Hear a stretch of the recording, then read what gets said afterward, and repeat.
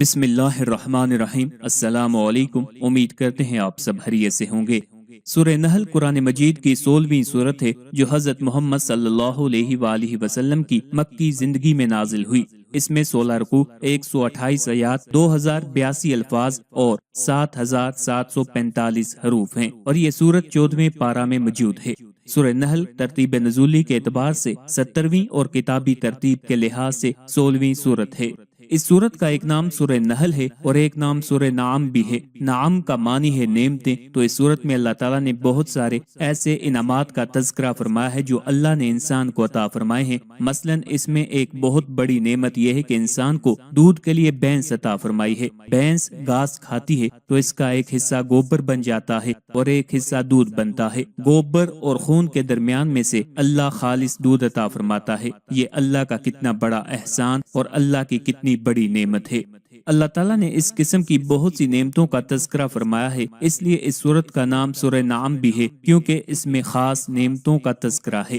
لیکن سورت کا معروف نام سورہ نحل ہے۔ عربی زبان میں نحل شہد کی مکھی کو کہتے ہیں، کیونکہ اس سورت مبارکہ میں شہد کی مکھی اور شہد کا بطور خاص ذکر فرمایا ہے، اس لیے اس سورت کا نام سورہ نحل رکھ دیا گیا ہے۔ یہ بھی محض علامت ہے، نہ کہ موضوع بحث کا عنوان اس سورت میں ہے۔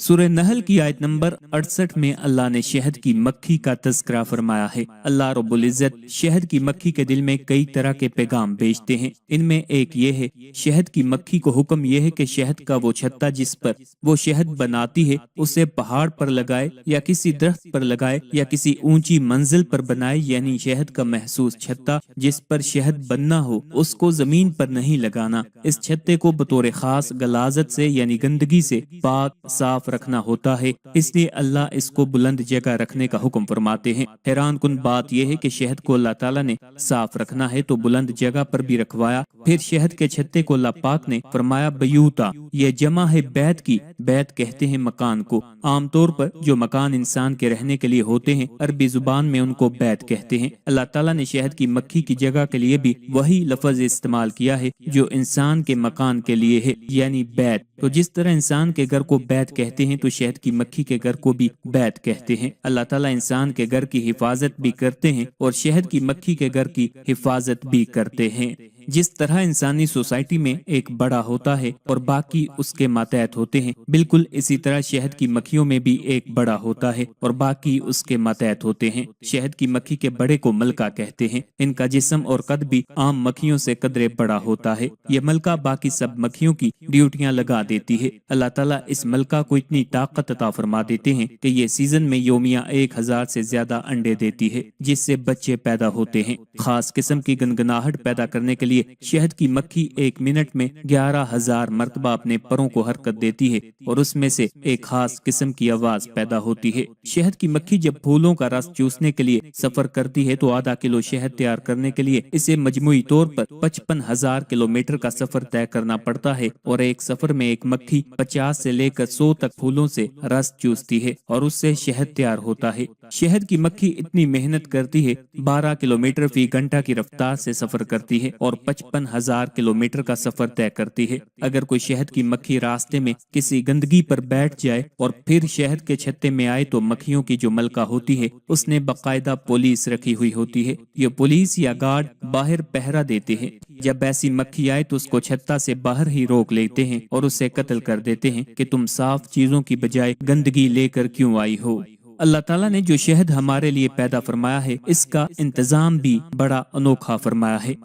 آپ حیران ہوں گے کہ خوردبین جس سے چھوٹی چھوٹی چیزیں دیکھا کرتے ہیں، اس خوردبین میں ایک اقصا اور شیشہ ہوتا ہے۔ شہد کی مکھی کی آنکھیں بھی خوردبین کی طرح کام کرتی ہیں۔ اب انسان اگر اس کو سوچنا بھی چاہے تو سوچ نہیں سکتا۔ شہد کی مکھی جس مکان میں شہد بناتی ہے پہلے اس مکان میں محسوس چھتا بنتا ہے۔ وہ چھتا خاص قسم کے مواد سے تیار ہوتا ہے۔ شہد کی مکھی جو چھتا بناتی ہے اس کے خانے نہ مثلث ہیں، نہ مربع ہیں، نہ مخمس ہیں، بلکہ مسدس ہیں، یعنی 3 بھی نہیں، 4 بھی نہیں، 5 بھی نہیں، بلکہ 6 کونوں والے خانے بناتی ہے۔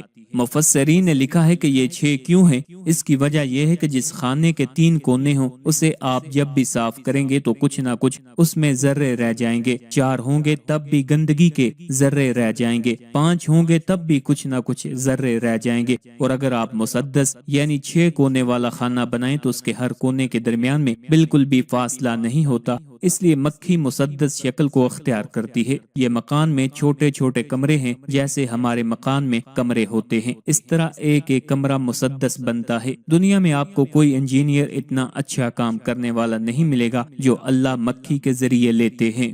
جس طرح نبی پر اللہ اپنا کلام اتارے اسے وحی کہتے ہیں، مکھی پر وحی تو نہیں ہوتی، لیکن اللہ نے لفظ وحی والا استعمال کر کے اس کو براہ راست یہ حکم دیا کہ پہاڑوں، درختوں اور اونچی جگہوں پر اپنا گھر بنا، اور مکھی کے لیے اللہ تعالیٰ نے راستے بہت آسان بنا دیے ہیں۔ یہ گزشتہ دور میں سمجھنا مشکل تھا، لیکن آج کے دور میں سمجھنا بہت آسان ہے۔ اب دیکھیں، ہمارے لیے ایک راستہ زمین پر ہے اور ایک راستہ فضا میں جہازوں کے لیے ہے۔ ہم جیسا بندہ جو ان چیزوں کے علم کو نہیں جانتا وہ نہیں سمجھ سکتا کہ فضا میں ایئر لائن کا راستہ کیسے ہوتا ہے۔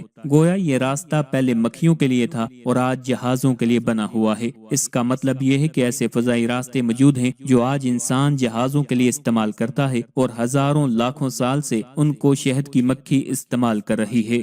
سورہ نحل کے بیشتر مضامین میں خدا کی نعمتوں کے بارے میں بحث کی گئی ہے۔ ان نعمتوں میں بارش، سورج کی روشنی، طرح طرح کی سبزیوں، پھلوں، کھانے پینے کی اشیاء اور چوپائے شامل ہیں۔ توحید اور عظمت خدا کے دلائل کا بیان، قیامت کا تذکرہ، مشرکین کو تنبیہ، مختلف احکام از قبیل عدل و احسان، ہجرت اور جہاد، ظلم و ستم اور عہد شکنی کی ممانعت، اسی طرح نعمتوں کے شکرانے کی دعوت دی گئی ہے، اور حضرت ابراہیم علیہ السلام کا تعارف ایک شکر گزار بندے کے طور پر پیش کیا گیا ہے۔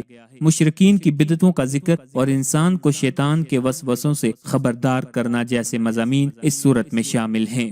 سورہ نحل کی آخری 3 آیات انتہائی شاندار احکام پر مشتمل ہیں، لہٰذا ہر مسلمان کو چاہیے کہ ان آیات میں بیان کیے گئے احکام پر عمل کو اپنی زندگی کا خاص وظیفہ بنا لے اور اپنے متعلقین کو بھی اس کی نصیحت کرتا رہے تاکہ وہ بھی ان پر عمل کرنے کی کوشش میں مصروف ہو جائیں۔